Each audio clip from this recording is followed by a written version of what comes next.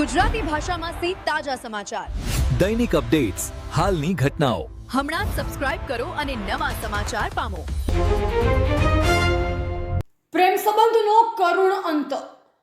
મોરીલા ગામે યુગલે જીવન ટૂંકાવ્યું. ગામમાં શોકની લાગણી. વાવ-થરાદ જિલ્લામાં આવેલા થરાદ તાલુકાના મોરીલા ગામે એક હૃદયદ્રાવક ઘટના સામે આવી છે, જેમાં પ્રેમ સંબંધમાં જોડાયેલા યુવક યુવતીએ આપઘાત કરી જીવન ટૂંકાવ્યું હોવાની માહિતી સામે આવી છે. આ ઘટનાથી સમગ્ર ગામમાં શોકની લાગણી છવાઈ ગઈ છે.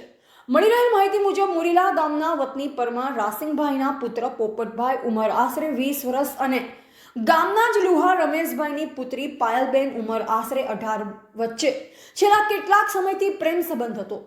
ઘટના મુજબ રાત્રિના સમયે બંને કોઈને જાણ કર્યા વગર ઘરેથી નીકળી ગયા હતા. બીજા દિવસે સવારમાં પોપટભાઈના ઘરે ન જોવા મળતા તેમના પરિવારે શોધખોળ હાથ ધરી.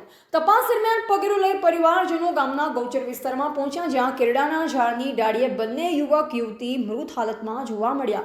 આ અંગે ગ્રામ લોકોને જાણ થતાં જ ઘટના સ્થળે ભીડ એકઠી થઈ અને તુરંત જ થરાદ પોલીસને જાણ કરવામાં આવી.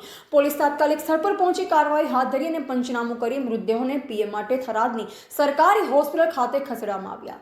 પ્રાથમિક માહિતી મુજબ યુવતી પાયલબેનની આગલા દિવસે સગાઈ થઈ હતી. સગાઈ બાદ જ રાત્રે ઘરેથી નીકળી જતા અને પ્રેમી સાથે મળી આ કડક પગલું ભર્યું હોવાનું અનુમાન લગાવવામાં આવી રહ્યું છે.